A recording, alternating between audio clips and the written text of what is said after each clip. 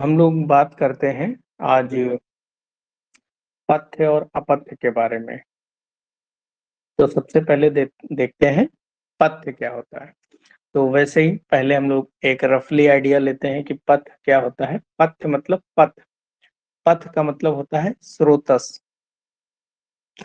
तो पथ्य का मतलब क्या हो जाएगा? फिर पथ्य का मतलब हो जाएगा जो स्रोतस के लिए हितकारी हो।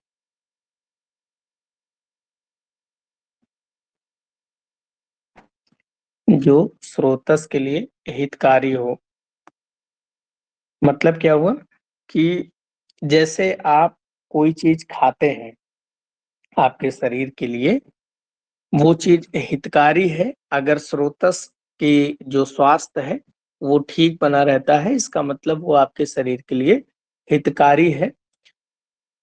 तो उसे ही पथ्य पथ्य कहते हैं। तो ये तो एक डिफिनीशन हो गई। इस तरीके से हम पथ्य को डिफाइन कर सकते हैं। दूसरा इसका श्लोक बहुत इंपॉर्टेंट है पथ्य का, वो लिख लीजिए।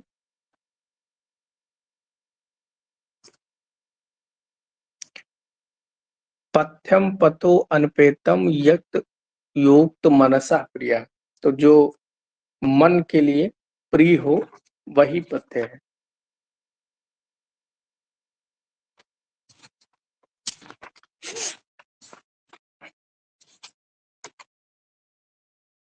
श्लोक लिख लें, डिफिनेशन इसकी।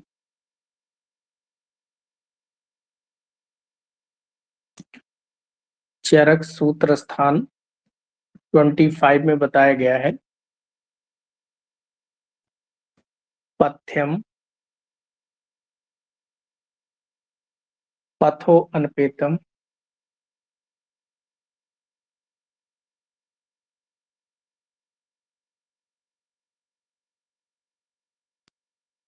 यद यद चोक्तम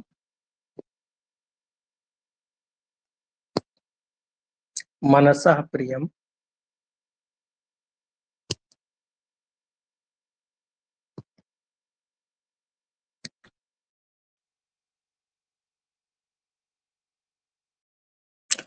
मनसः प्रियम। नेक्स्ट लाइन है यच्च अप्रियम यच्च अप्रियम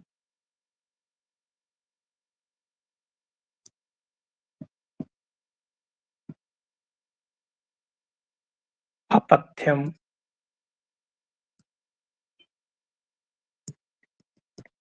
चान्यतम तन्न लक्षेत।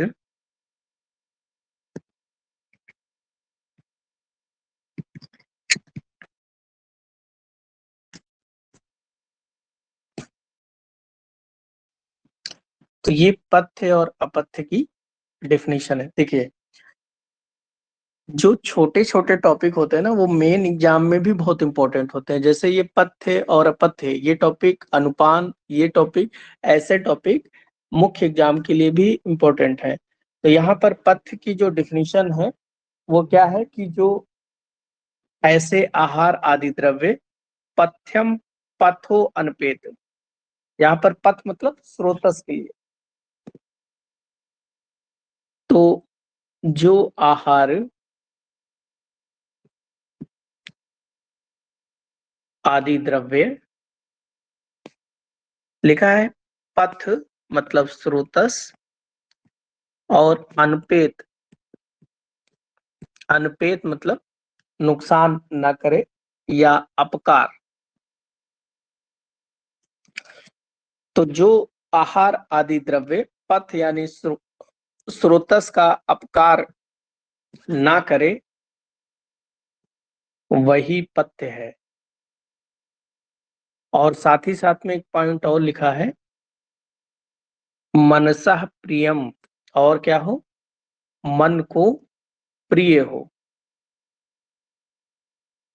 मन को प्रिय हो।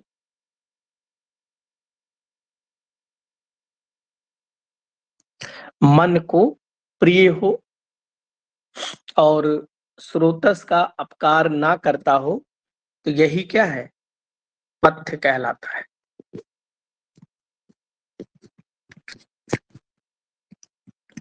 पथ्य कहलाता है।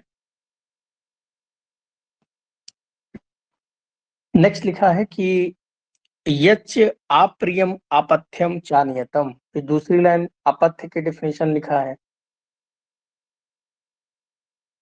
लिखा है यच्च, ये शब्द हो जाएगा अप्रियम और ये शब्द होगा अपथ्य, नियतम तन्न लक्षित, यानी कि पहले वाले लक्षण जो है उनके विपरीत हो। तो दूसरी डिफिनेशन यहाँ पर अपथ्य के लिए क्या हो जाएगी? जो पथ के लिए अपकार करे, या इसको ये लिख लें, पथ का यानी कि स्रोतस का अपकार करे एवं मन को प्रिय ना हो,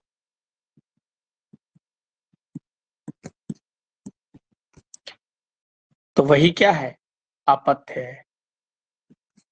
ठीक है, तो ये पथ्य और अपथ्य की डिफिनेशन बहुत इंपॉर्टेंट है। लेकिन अब इसमें एक चीज और चरक ने बहुत अच्छी बताई है कि पथ्य और अपथ्य जो होते हैं ये कुछ बातों पर निर्भर करते हैं। पथ्य और अपथ्य निम्न बिंदुओं पर या निम्न बातों पर निर्भर है।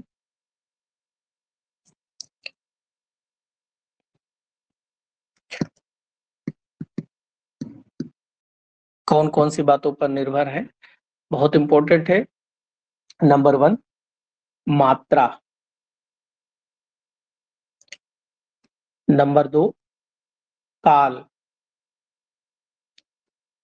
नंबर 3, क्रिया।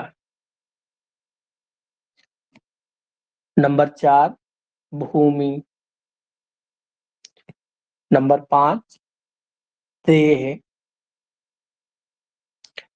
और नंबर 6, दोष। तो ये इन बातों पर निर्भर करता है। जैसे अब इसमें एग्जाम्पल चरक ने तो नहीं बताए हैं, लेकिन जैसे कि मात्रा, अगर एग्जाम्पल लें आहार का, जैसे आप खाना खाते हैं, खाना अगर मात्रा से ज्यादा खा लीजिए तो क्या वो, वैसे तो नॉर्मली जब आप भोजन करते हैं वो आपके लिए पथ्य ही है, क्योंकि आपके शरीर की जरूरत है भोजन करना। लेकिन अगर आप खाना ज्यादा खा लीजिए, मात्रा में ज्यादा ले लीजिए, तो क्या होगा? उससे आपका पेट खराब हो जाएगा। तो ये एग्जाम्पल हो सकता है। काल में जैसे दही का एग्जाम्पल लीजिए। दही, दही क्या होता है? शुरुआत में मधुर होता है। शुरुआत में क्या है? मधुर है। लेकिन कुछ दिन बाद रख दीजिए, क्या हो जाएगा? खट्टा हो जाएगा। यानी कि जो दही आपका पित्त के ऊपर कोई इफेक्ट, ज्यादा विशेष पित्त बढ़ाने वाला नहीं था, दोषों को प्रकोपित करने वाला नहीं था, लेकिन जब वही दही कुछ दिन बाद रखा रहा, जब वो खट्टा हो गया तो वो क्या है? पित्त को बढ़ाने वाला हो जाएगा। तो इसका मतलब वो क्या हो गया? अपथ्य हो गया। तो पहले तो वो पथ्य था दही, लेकिन वो कुछ समय रखा रहा तो वो अपथ्य हो गया। तो ये भी काल, समय पे निर्भर था, पथ्य और अपथ्य। फिर उसके बाद में क्रिया। क्रिया क्या है? क्रिया मतलब रिएक्शन हो जाना। जैसे आप दो चीजें जो है आपस में मिला के नहीं खा सकते हैं। जैसे एग्जाम्पल लें, मधु और घृत, इनको समान मात्रा में बताया, आयुर्वेद में कहा जाता है कि मधु और घृत समान मात्रा में विष के समान हो जाते हैं, इसलिए इनका सेवन नहीं करना चाहिए। भूमि देखें तो भूमि में इसके एग्जाम्पल में जैसे आनूप देश का व्यक्ति है, आनूप देश के लिए कफ वर्धक चीजें जो है अपत्य है। और वही अनुदेश में पहले से ही कफ बढ़ा है, आप कफ वर्धक चीजें खाएंगे तो वो अपथ्य है। इसीलिए आप वहां पर जो कफ को शांत करने वाली चीजें हैं उनका सेवन करना चाहिए। देह में भी इसी प्रकार का है। इसके एग्जाम्पल में अगर देखें, देह में अगर कोई पित्त प्रकृति का व्यक्ति हो,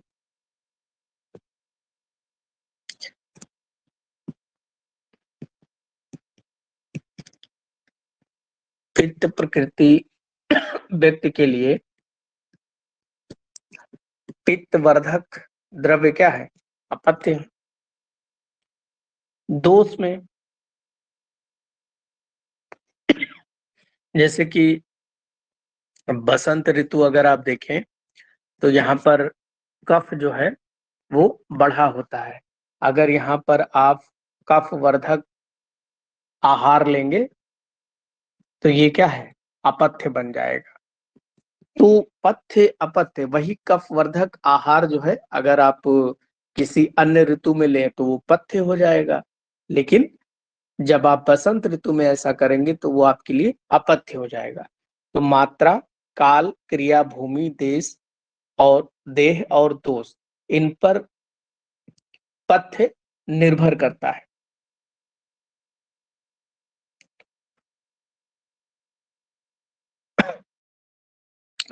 तो ये रही बात पथ्य और अपथ्य की। हालांकि जो अपथ्य है उसको, अब इसमें जैसे पथ्य वाले में हम लोगों ने पढ़ा होगा, जो अष्ट आहार विधि विशेष आयतन पढ़ा था, इसके अलावा सप्त आहार कल्पना, तो वो सारी चीजें जो है वो पथ्य के अंतर्गत आती है। अगर हम उस प्रकार से आहार ग्रहण करें उन सभी मेथड से तो वो पथ्य के अंतर्गत आता है। अपथ्य में हम लोगों ने, हालांकि इसकी भी बात हम कर चुके हैं, शायद आपको याद आ रहा होगा। अपथ्य में विरुद्ध आहार जो होता है, इसके हमने घटक बताए थे 18 होते हैं। 18 प्रकार के विरुद्ध आहार होते हैं। उसमें देश विरुद्ध, काल विरुद्ध, अग्नि विरुद्ध, मात्रा विरुद्ध, सात्व विरुद्ध, ये सारी चीजें हम लोगों ने पढ़ी थी।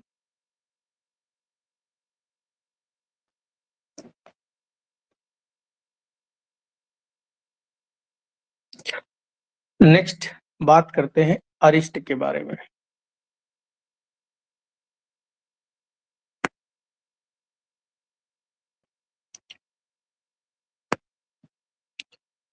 अरिष्ट क्या होते हैं? देखिए, अरिष्ट पहली चीज तो ये लिख लीजिए कि अरिष्ट का वर्णन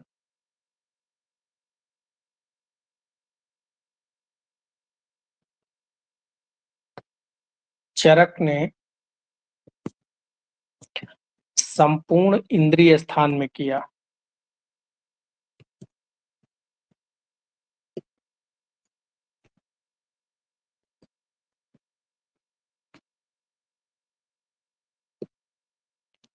अरिष्ट का वर्णन चरक ने संपूर्ण इंद्रिय स्थान में किया।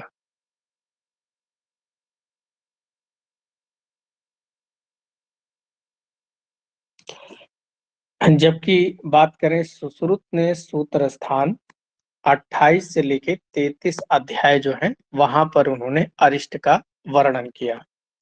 और अष्टांग हृदय ने शारीर स्थान 5 में अरिष्ट का वर्णन किया। तो पहले तो अरिष्ट का वर्णन कहाँ कहाँ है ये जानना जरूरी है।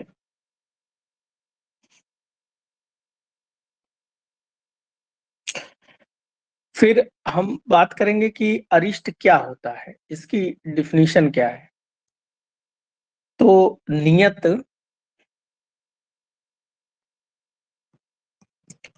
नियत मरण, नियत मरण, ख्यापकम, लिंगम,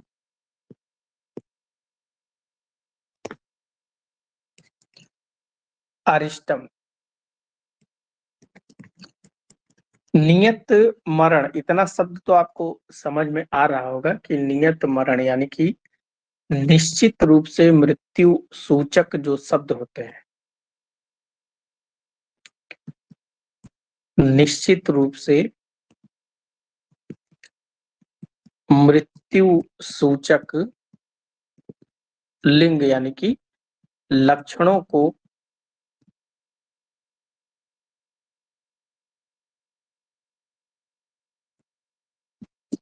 अरिष्ट कहते हैं।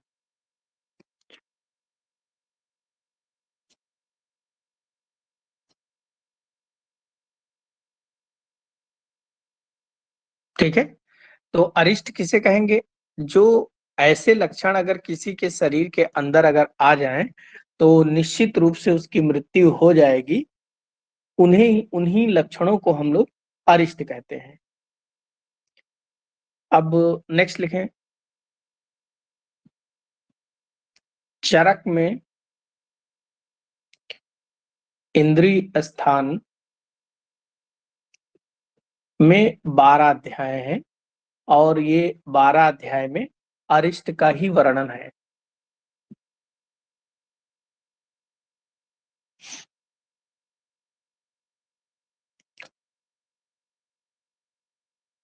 इसमें चैप्टर नंबर 1 वगैरह जो है उसमें प्रकृति वगैरह के बारे में बताया गया है। इसमें पहले लिख लें प्राकृत वर्ण,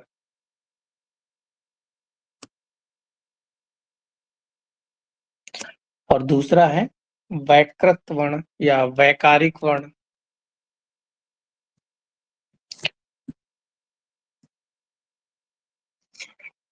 प्राकृत वर्ण और दूसरा है वैकृत वर्ण। प्राकृत वर्ण का मतलब होता है नेचुरल, उसका कलर कैसा होगा, और वैकारिक का मतलब होता है डिसकलरेशन। तो जैसे कोई व्यक्ति अगर कृष्ण वर्ण का हो, काला हो, या सांवला हो, श्याम वर्ण का हो, श्याम वर्ण सांवले को कहते हैं, और श्याम अवदात, श्याम अवदात यानी कि जो सांवले और गोरे होते हैं, गेहुए रंग का जो होता है उसे श्याम अवदात कहते हैं। और अवदात, अवदात का मतलब होता है गोरा, जो अंग्रेज होते हैं। और ये क्या है? गेहुआ कलर। और श्याम मतलब सांवला, जो भगवान अपने बिहारी, बांके बिहारी सांवले रंग के हैं। और कृष्ण मतलब जो एकदम करिया काला वो जो है। वैकारिक वर्ण कितने होते हैं? तो ये 4 प्रकार के जो कलर हैं वो क्या है? वो है प्राकृत। और वैकारिक वर्ण कितने हैं? 5 है। नंबर 1 जैसे नील, स्याव। देखो श्याम और स्याव ये दोनों अलग अलग वर्ण हैं। स्याव वर्ण जो होता है वो नीला और काले जैसा होता है। तीसरा है ताम्र वर्ण का। चौथा है हरित। और पांचवा है शुक्ल। तो नील, हरित, स्याव, ताम्र, शुक्ल ये वैकारिक वर्ण है, क्योंकि अगर ऐसे वर्ण किसी के अंदर मिलेंगे तो उसकी मृत्यु निश्चित है। नीला वर्ण कहाँ मिलता है? जैसे किसी को साइनोसिस हो जाए। साइनोसिस का मतलब क्या होता है? साइनोसिस मतलब उसमें ऑक्सीजन की कमी हो, पूरा शरीर जो है नीला पड़ जाए। तो साइनोसिस 2 प्रकार की होती है, एक पेरिफेरल साइनोसिस होती है, एक सेंट्रल साइनोसिस होती है। अगर किसी व्यक्ति की उंगलियां नीली पड़ने लगे, तो जब उंगलियां नीली पड़ने लगती हैं तो वो रिवर्सिबल होती हैं, यानी कि पेशेंट ठीक हो जाएगा, ऑक्सीजन लगा तो ठीक हो जाएगा। लेकिन अगर किसी का जीभ नीली पड़ जाए, पीठ नीली पड़ जाए, पेट नीला पड़ जाए, यानी कि सेंट्रल पार्ट जब नीली पड़ जाए, तो फिर इरिवर्सिबल है, फिर बहुत कम चांस होते हैं पेशेंट बचे। ऐसे स्याव स्याव मतलब जब जैसे कहीं पर देखिए चोट लग जाए, आप कोई व्यक्ति गिर जाए, जब इंटरनल ब्लीडिंग हो जाए तो वहां पर क्या है, एकदम यही स्याव काला नीला मिक्स जो हो जाता है, तो वो भी एक तरीके से जानलेवा ही होता है। ताम्र ताम्र वर्ण ताम्र तांबे का जो वर्ण होता है, कहीं ना कहीं हेमरेज उसको हो गया है बहुत भयंकर, उस कारण से है। हरे रंग का हो जाए, या शुक्ल शुक्ल सफेद रंग का, जैसे एनीमिया हो जाए, पैलोर एनीमिक हो जाए, तो मुख्य रूप से नीला और सफेद तो देखने को मिलता है, बाकी कलर इतना नहीं देखने को मिलते हैं।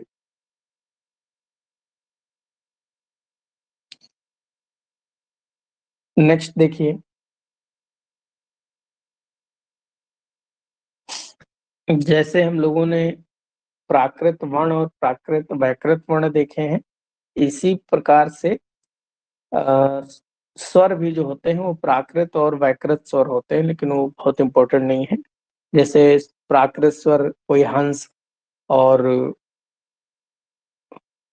हंस की तरह उसकी आवाज हो, या कौवे की तरह हो, कबूतर की तरह हो, नेमी एक पक्षी है, क्रॉच पक्षी है, गौरैया की तरह, तो ये प्राकृत होते हैं। लेकिन अगर किसी का स्वर जो है भेड़ की तरह हो जाए, बहुत पतला हो जाए, स्वर निकल ही ना रहा हो, तो इस प्रकार के जो स्वर हैं वो वैकारिक स्वर होते हैं।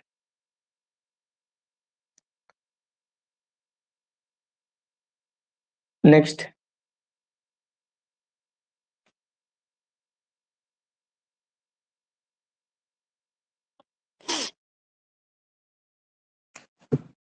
कुछ पॉइंट के रूप में लिख लीजिए, नोट करके लिख लीजिए। जैसे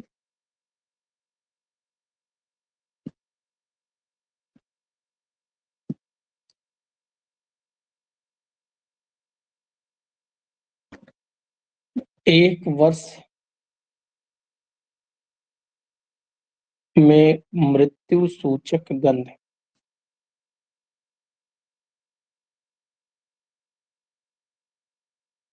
एक वर्ष में मृत्यु सूचक गंध,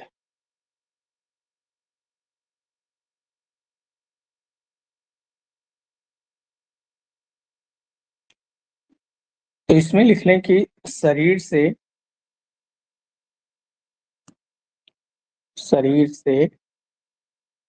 नाना प्रकार के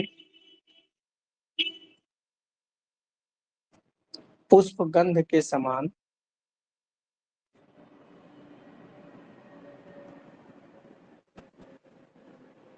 नाना प्रकार के पुष्प गंध के समान गंध आती हो,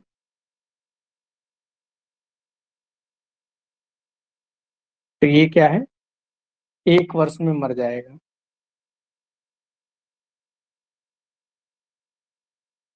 तो इसको ये लिख सकते हैं ब्रैकेट में, जैसे क्वेश्चन पूछा जाए, पुष्पित मनुष्य की मृत्यु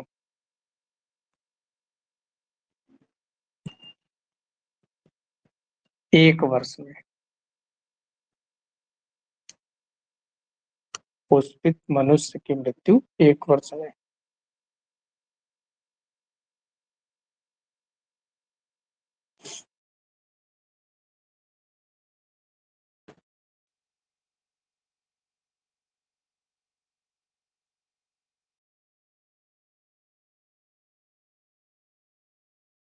नेक्स्ट लिखें,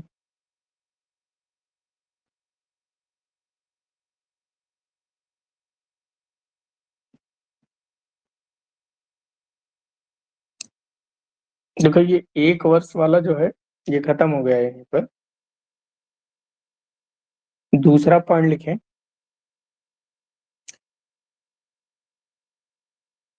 मरणो उन्मुख मनुष्य, जो मनुष्य की मृत्यु होने वाली है, का शरीर विरस हो जाता है। का शरीर विरस हो जाता है, यानी कि उसके शरीर का जो नॉर्मल रस है वो बदल जाएगा, इसीलिए उसके शरीर से इसी कारण उसके शरीर से मक्खी, मच्छर, यूका, यूका बोलते हैं जुआ को, जुआ लीख जो होती है, यूका और लीचा और आदि अलग हो जाते हैं, आदि अलग हो जाते हैं, यानी कि उसके शरीर में ये चीजें मक्खी मच्छर वगैरह नहीं बैठेंगे, क्योंकि उसके शरीर का जो ब्लड वगैरह की महक है जो वो सब परिवर्तित हो जाएगा।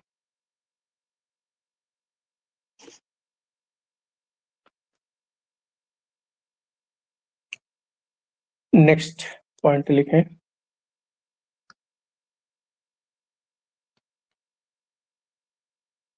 स्वाभाविक अग्नि को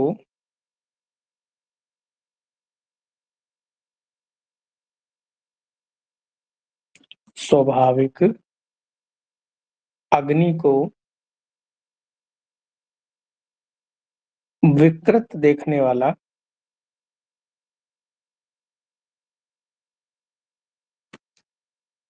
7 दिन में मर जाएगा, 7 दिन में मृत्यु। अगर स्वाभाविक अग्नि का मतलब क्या है, जैसे आग जलती है तो चमकीली सी और लाल दिखती है, अगर किसी व्यक्ति को उसके अलावा नीली, पीली, इस तरह से अगर किसी को दिखती है या सफेद रंग की अग्नि दिखती है तो वो उसकी मृत्यु हो जाएगी।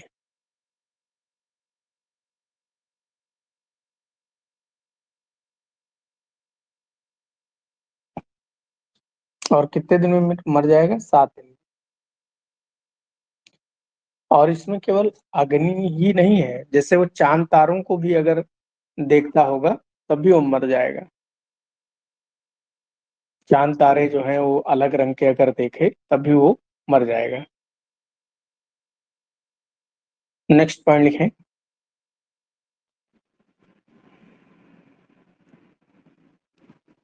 यदि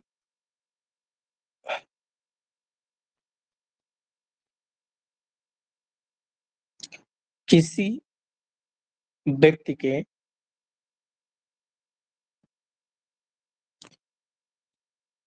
यदि किसी व्यक्ति के चेस्ट एरिया में, हृदय के ऊपर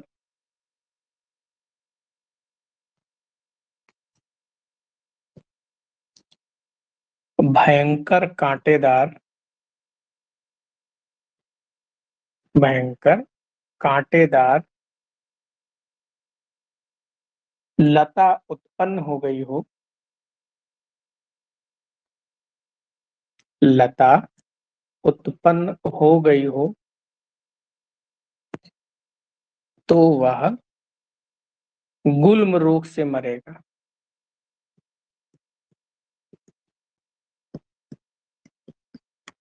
तो अगर किसी के चेस्ट के ऊपर अगर इस तरह का, हृदय के ऊपर अगर ऐसा लताएं जैसे लग रहा है तो इसका मतलब उसको गुल्म रोग से उसकी मृत्यु हो जाएगी। नेक्स्ट लिखें।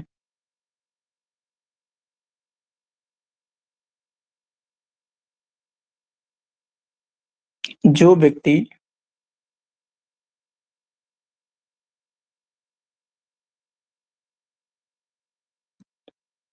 जो व्यक्ति चांडालों के साथ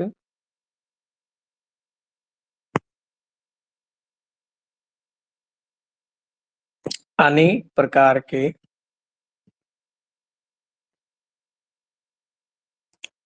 जो व्यक्ति चांडालों के साथ अनेक प्रकार के स्नेह को, स्नेह मतलब घृत, तैल, वसा, मज्जा, ये स्नेह होते हैं। तो जो व्यक्ति स्वप्न में चंडालों के साथ अनेक प्रकार के स्नेह को पीता है। यहाँ के स्वप्न में लिख लीजिए, स्वप्न में यानी कि नींद में अगर चांडालों के साथ अनेक प्रकार के स्नेह को पीता है, वह प्रमेह से मर जाएगा।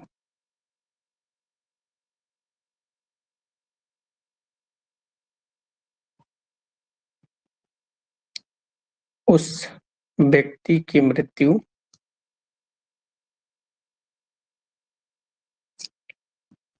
प्रमेह रोग से हो जाएगी।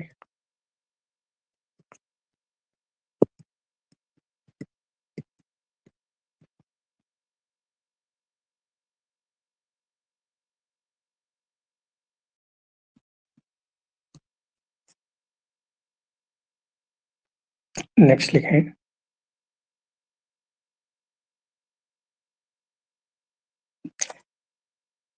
जो यक्ष्मा रोगी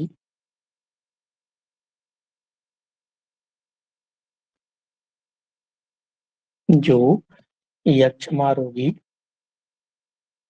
स्वप्न में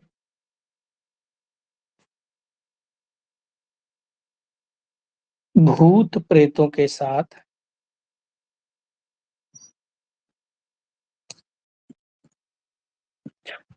भूत प्रेतों के साथ मदिरा पीता हो, दो दो पैक लगाता हो, मदिरा पीता हो और कुत्ते के द्वारा दक्षिण दिशा में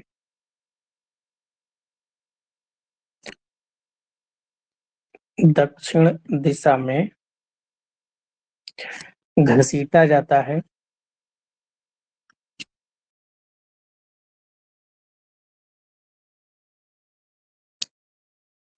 वह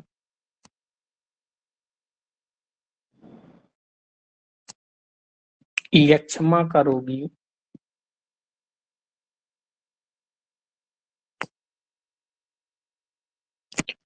भयंकर ज्वर से पीड़ित होकर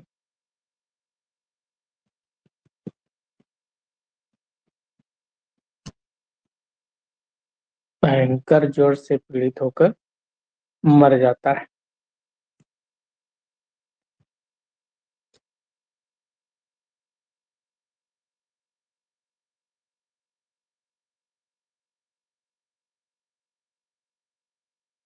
नेक्स्ट है,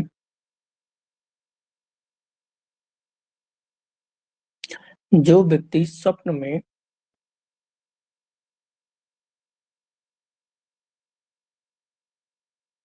जो व्यक्ति स्वप्न में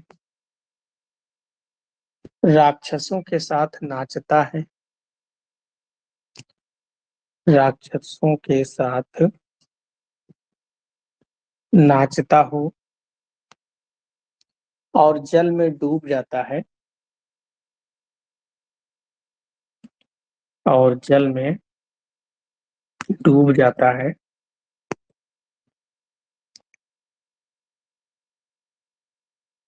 वह भयंकर उन्माद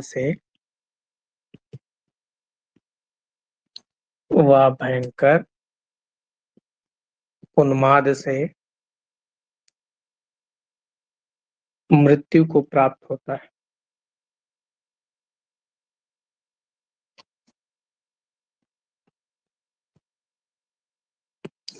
भयंकर उन्माद से मृत्यु को प्राप्त होता है।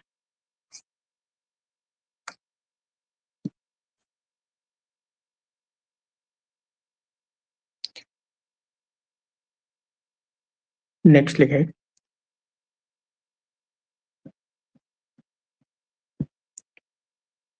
जो व्यक्ति जागते हुए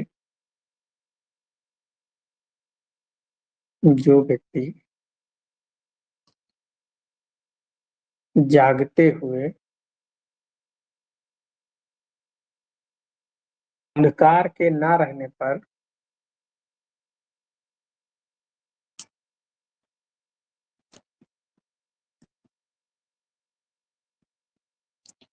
जो व्यक्ति जागते हुए अंधकार के न रहने पर भी अंधकार को देखता है,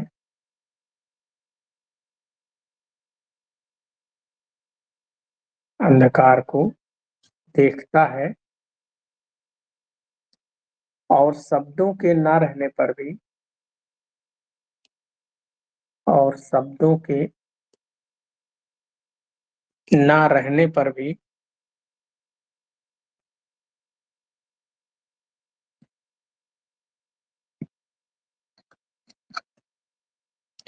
शब्दों के ना रहने पर भी अनेक प्रकार के शब्दों को सुनता हो, अनेक प्रकार के शब्दों को सुनता हो,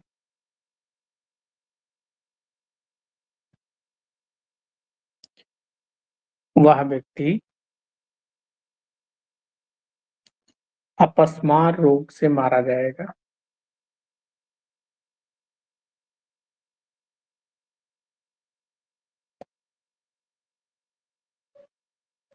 अपस्मार रोग से मारा जाएगा।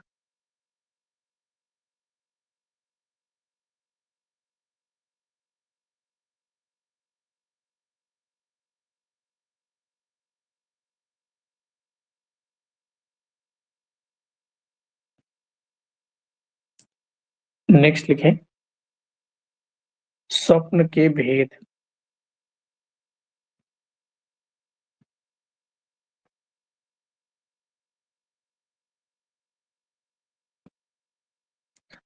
स्वप्न के 7 भेद बताए हैं आचार्य चरक ने, जिसमें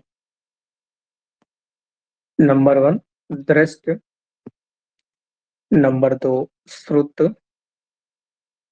नंबर 3 अनुभूत, नंबर 4 प्रार्थित, नंबर 5 कल्पित, नंबर 6 भाविक और नंबर 7 दोषज। दोषज इसमें ऊपर वाले जो ये 5 हैं, ये अफलदायक है और नीचे वाले जो दोनों हैं, ये फलदायक। इसका मतलब समझ लीजिए क्या होता है। जैसे दृष्ट, दृष्ट मतलब जैसे आप दिन में कोई मूवी वगैरह देखें, तो रात में जब आप सो जाएं तो मूवी की हीरोइन आप ही बन जाएं। तो मतलब दिन में आप कुछ देख रहे हैं, रात में वही सपने में आ रहा, दृष्ट है। श्रुत, दिन में कुछ सुनाई दिया आपको, किसी से बातें कर रहे थे, वही बातें रात में रिपीट हो सोने में, तो वो श्रुत है। अनुभूत, अनुभूत यानी कि जो आपका एक्सपीरियंस, जो आपकी मेमोरी है, अनुभव किया है, तो रात में सपने में वो आ जाए तो वो अनुभूत हो गया। फिर है प्रार्थित, प्रार्थित मतलब आप जो इच्छा कर रहे हैं, जैसे आप चाह रहे हैं कि बड़ा सा घर हो, बंगला हो, गाड़ी हो, तो वैसे तो हो नहीं सकता, पैसे नहीं, लेकिन सपना जब आप देखेंगे तो रात में वही प्रार्थना जो आपकी इच्छा है वही सपने में आ रही, वो प्रार्थित स्वप्न है। कल्पित, कल्पनाएं आपकी जो है, आसमान में उड़ रहे हैं, एरोप्लेन उड़ा रहे हैं, जो कल्पनाएं आपकी होती हैं, वो सब कल्पित स्वप्न है। तो ये सारे स्वप्न का कोई फल नहीं होता है, यानी कि आप रात में देखेंगे सुबह खत्म, इनका कोई फल नहीं। लेकिन भाविक और दोसर ये वो स्वप्न है जिनके बारे में आपने कभी सुना नहीं, सोचा नहीं, और अचानक से आपके सपने में आ जाए, तो ऐसे स्वप्न का कोई ना कोई फल होता है, ऐसा चरक कहते हैं। तो ये स्वप्न के भेद हैं 7 प्रकार के।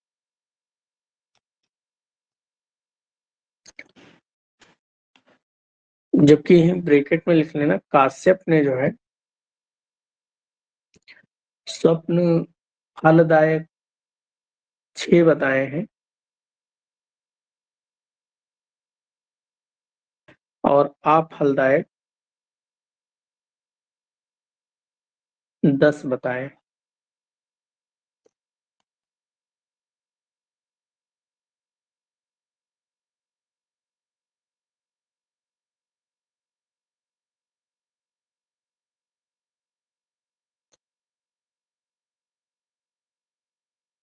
नेक्स्ट लिखें।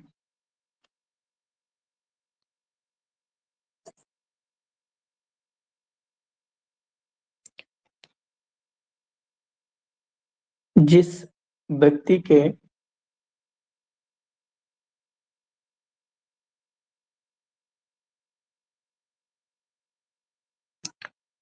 जिस व्यक्ति के उदर से प्रारंभ होकर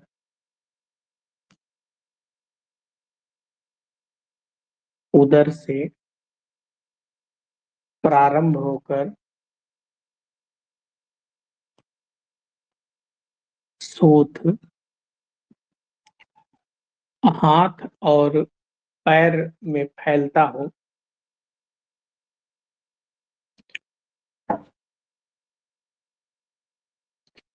हाथ और पैर में फैलता हो, तो यह असाध्य है। तो यह असाध्य है।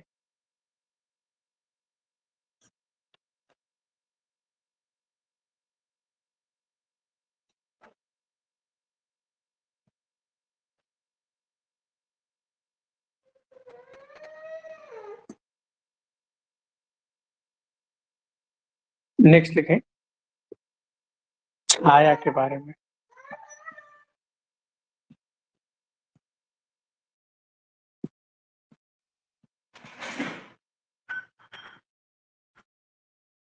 छाया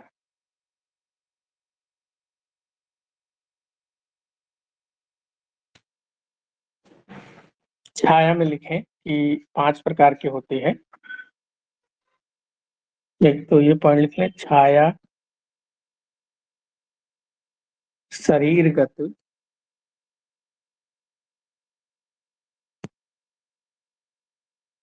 शरीरगत वर्ण और प्रभाव के आश्रित होती है।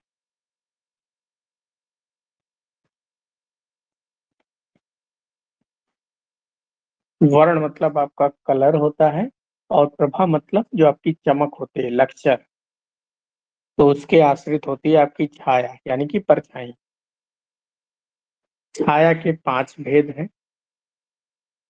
और पांचों जो महाभूत के भेद होते हैं वही होती है, जैसे आकाशी छाया, नाभसी, वायवी, आग्नेय, आम्बसी,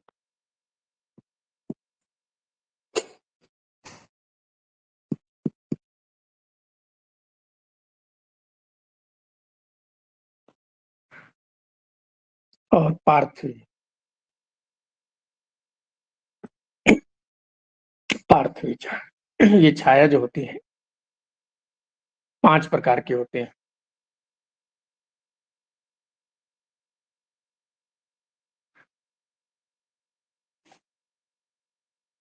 इसमें जो आम्बसी वाली छाया है, जल वाली, इसके आगे लिख लें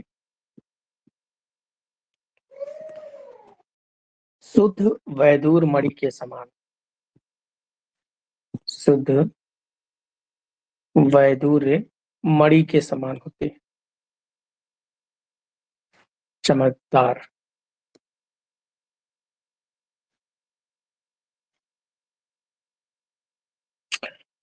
इसमें वायवी छाया जो है, इसमें लिख लें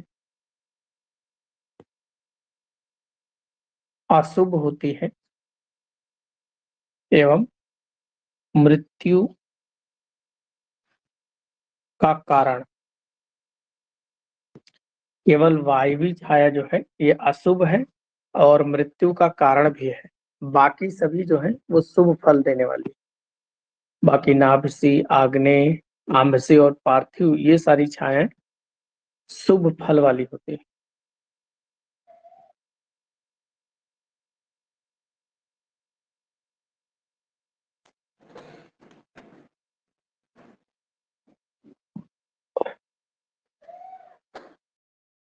नेक्स्ट है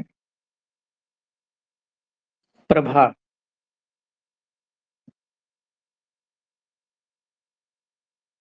प्रभा जो होती है वो 7 प्रकार की होती है। और एक प्रभा कोचिंग ज्वाइन किए थे, वो छोड़ के चली गई। तो 7 प्रकार की जो प्रभा होती है वो क्या क्या नाम है, नाम लिख लीजिए। रक्त, पीत, श्वेत, स्याव, हरित, पांडुर,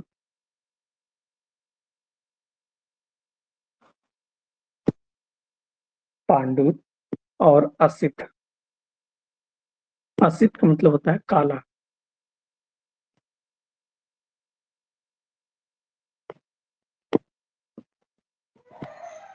तो प्रभा कितनी होती है? 7 प्रकार की होती है।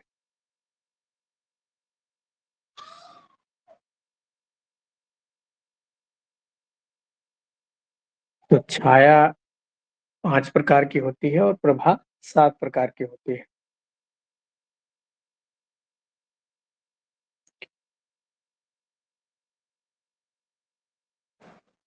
देखो, छाया जैसे उसका नाम है छाया, तो छाया जो होती है वो किसी चीज को ढकेगी, जैसे आपका जो कलर है उसको आच्छादित करेगी।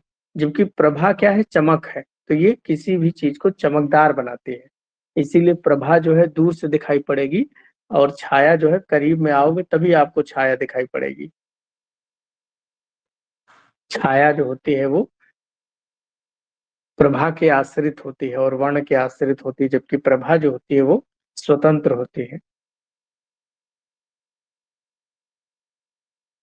नेक्स्ट पॉइंट लिखें। जो रोगी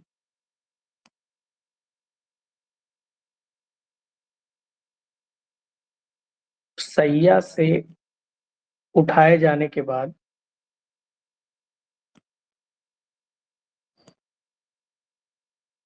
या निद्रा से जगाए जाने पर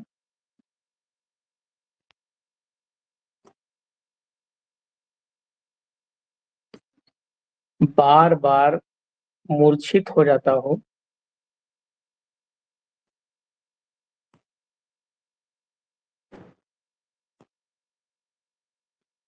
वह 1 सप्ताह में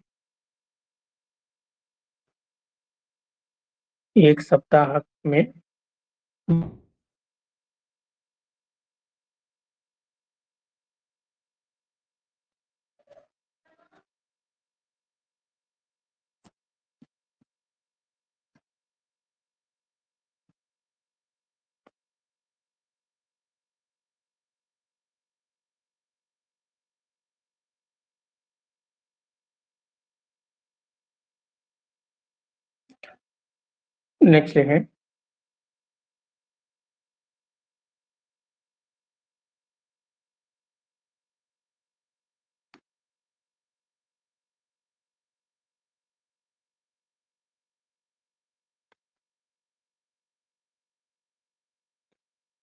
जिस व्यक्ति के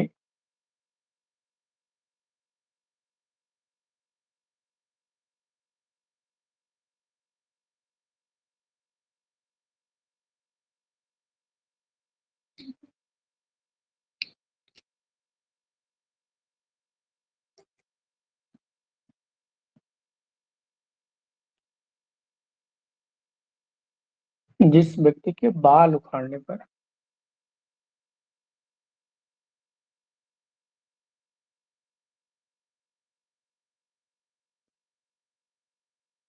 जिस व्यक्ति के बाल उखाड़ने पर वेदना यानी कि दर्द ना हो,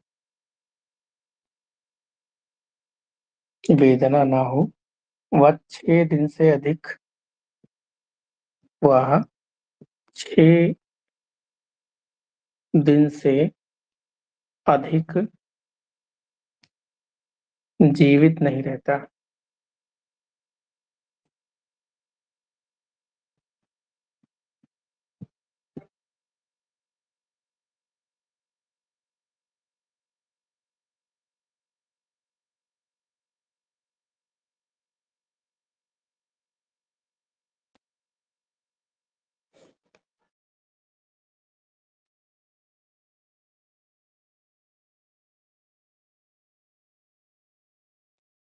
नेक्स्ट लिखें।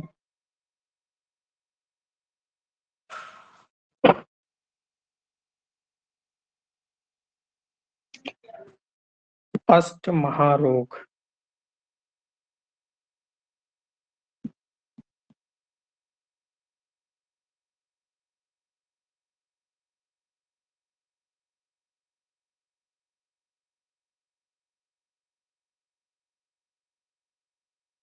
बहुत इंपॉर्टेंट है अष्ट महारोग।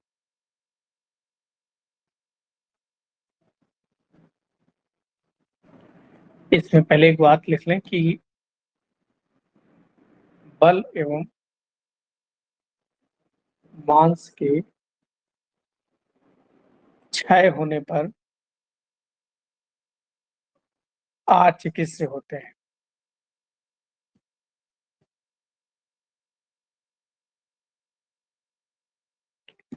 बल एवं मांस के क्षय होने पर, बल और मांस मतलब क्षय का मतलब कम हो रहा हो, तो ये रोग जो है ये अचिकित्स्य यानी कि ठीक नहीं होंगे।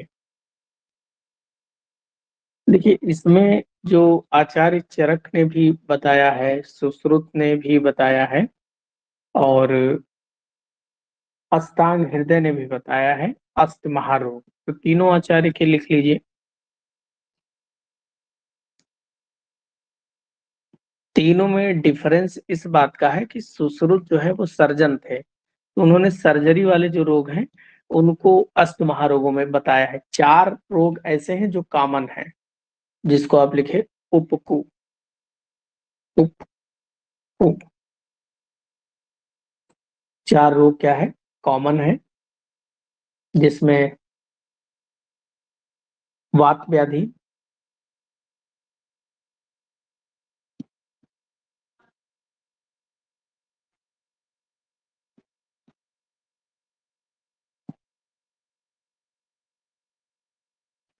वात व्याधि, प्रमेह, कुष्ठ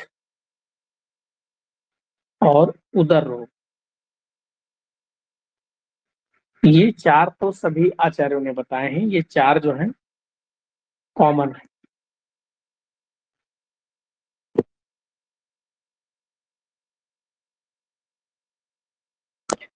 अंतर क्या है, तो नंबर 5 जो इन्होंने बताया आचार्य चरक ने, वो अपस्मार, गुल्म, राजयक्ष्मा और शोफ।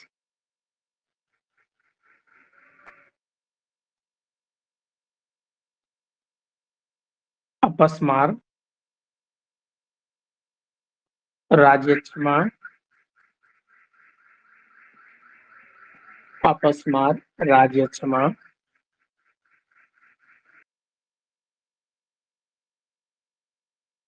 अपस्मार, राजयक्ष्मा, गुल्म और शोफ। गुल्म और शोफ ये क्या है, ये कॉमन है, सॉरी ये अलग है। और ऊपर वाले देखो, अब याद करने का सबसे अच्छा तरीका देखो, आप लोग वात पित्त कफ तीन दोष पढ़ते हो, तो ऊपर देखो वात पित्त कफ लिखा हुआ है।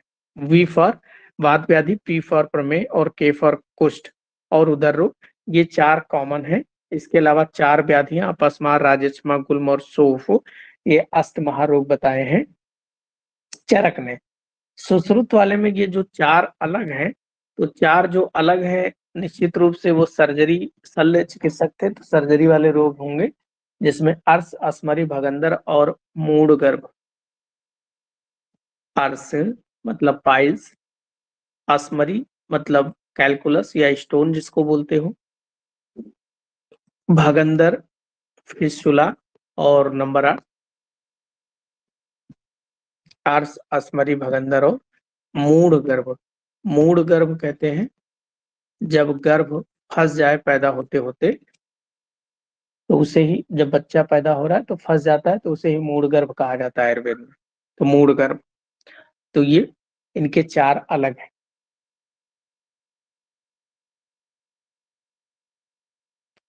देखो बाकी वाग्भट वाले कॉलम में जब आएंगे, तो वाग्भट वाले कॉलम में केवल सुश्रुत का ही बताया है, जैसे इन्होंने भी आर्स, अस्मरी, भागंदर, केवल मूढ़ गर्भ के स्थान पर इन्होंने ग्रहणी बताया है।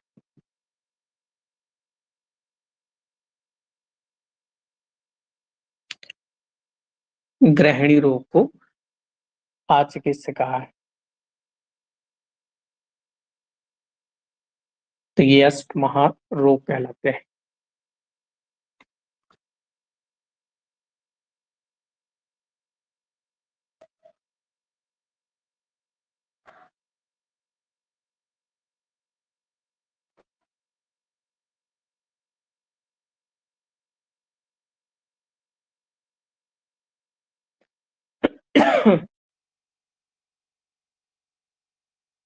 नेक्स्ट लिखें।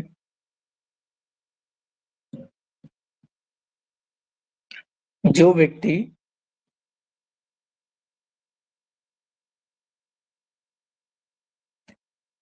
सप्त ऋषियों के समीप रहने वाले, सप्त ऋषियों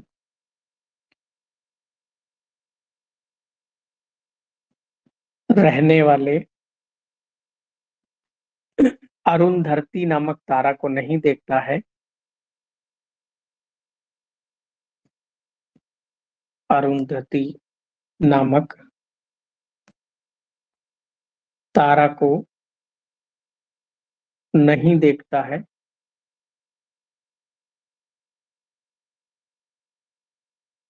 वह 1 वर्ष के अंत तक, वह 1 वर्ष के अंत तक मृत्यु हो जाएगी।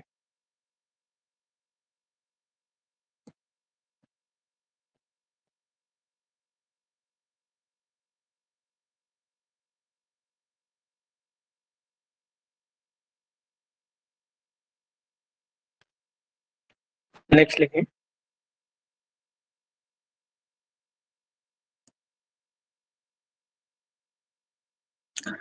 जिस व्यक्ति के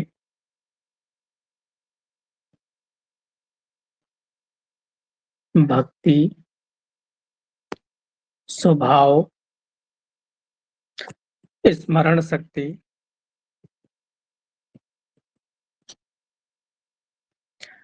त्याग, बुद्धि, बल बिना कारण नष्ट हो जाते हो,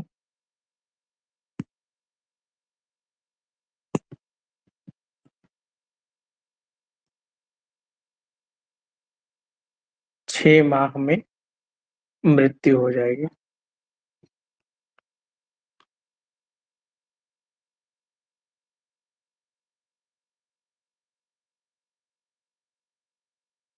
नेक्स्ट लिखें।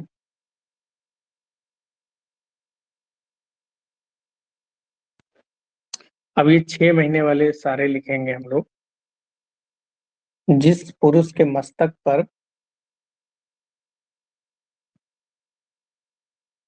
जिस पुरुष के मस्तक पर सुंदर धमनियों का जाल दिखाई पड़े,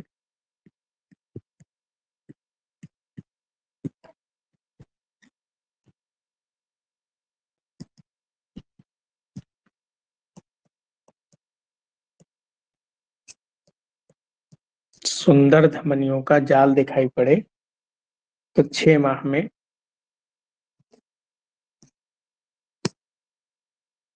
मृत्यु हो जाएगी।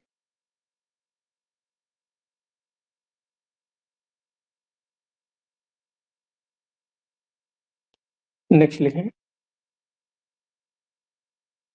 जिस व्यक्ति के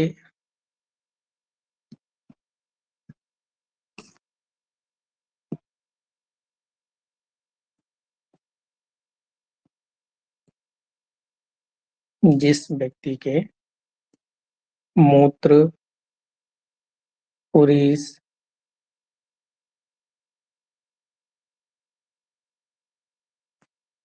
वीर्य, जल में डालने पर डूब जाते हो, जल में डालने पर डूब जाते हो एवं वह व्यक्ति अपने वह व्यक्ति अपने परिवार हितैषियों से, मित्र से द्वेष करता हो,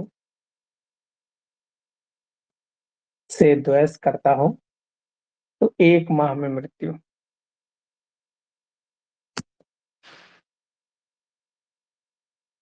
1 माह में मृत्यु हो जाएगी।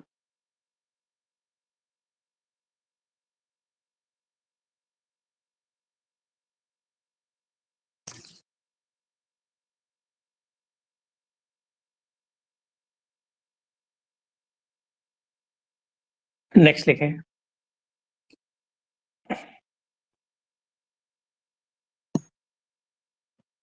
जिस व्यक्ति के ललाट एवं बस्ती के ऊपर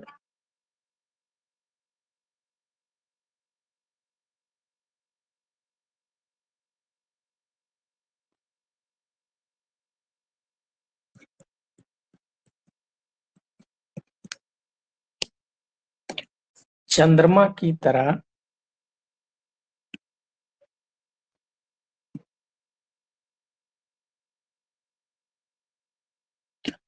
चंद्रमा की तरह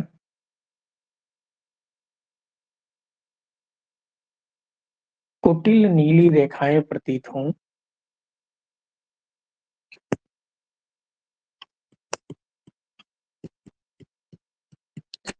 कुटिल कुटिल मतलब उलझी हुई, कुटिल नीली रेखाएं प्रतीत हों,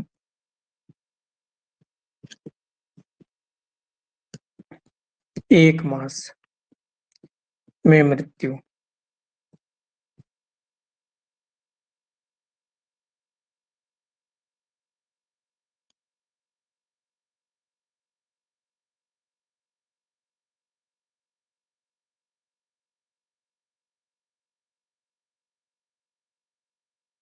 नेक्स्ट लिखें।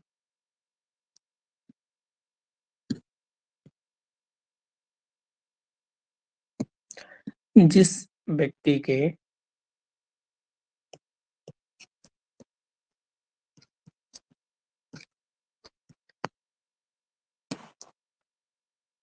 मस्तक पर सूखे गोबर के चूर्ण के समान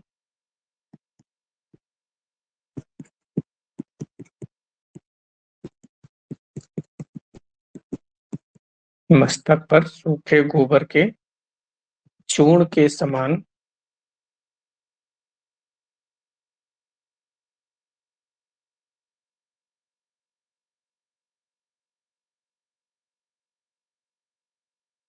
चूर्ण स्नेह के साथ गिरता हो।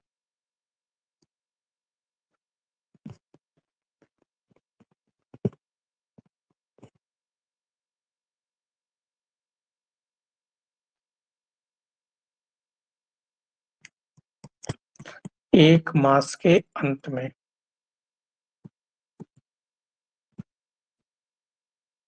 मृत्यु हो जाएगी।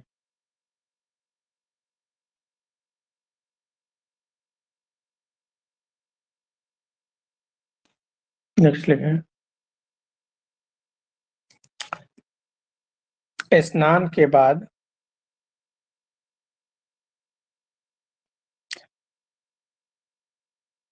चंदन लगाने पर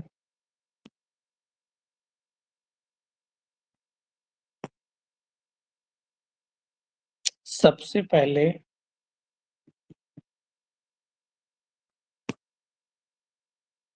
सबसे पहले उर भाग अत्यंत सूख जाता हो। उर मतलब चेस्ट एरिया। उर भाग अत्यंत सूख जाता हो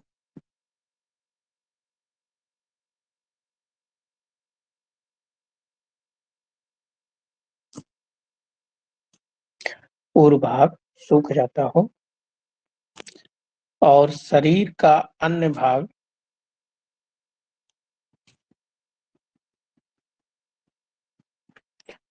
गीला रहता हो,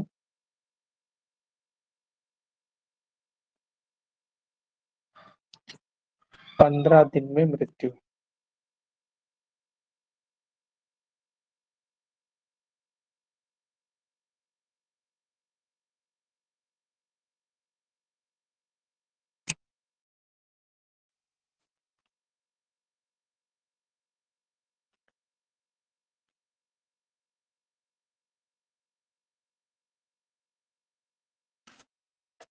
इसके अलावा एक, अगर कोई व्यक्ति जो है वैद्य को बुलाने के लिए गदहा पर बैठ के आ जाए, है ना, या फिर ऊंट पे बैठ के आ जाए, तो ऐसा देख के जो है ये समझ जाना चाहिए कि मृत्यु निश्चित है।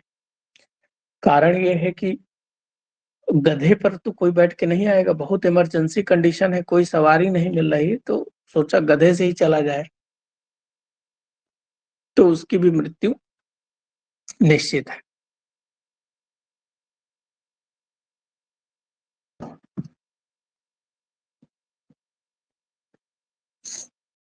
तो ये अरिष्ट से संबंधित कुछ इंपॉर्टेंट बातें थी, इससे अगर पूछेगा तो इतने तक ही पूछ लेगा, इससे ज्यादा नहीं पूछेगा। तो पथ्य अपथ्य और अरिष्ट, ये दो टॉपिक और हो गए।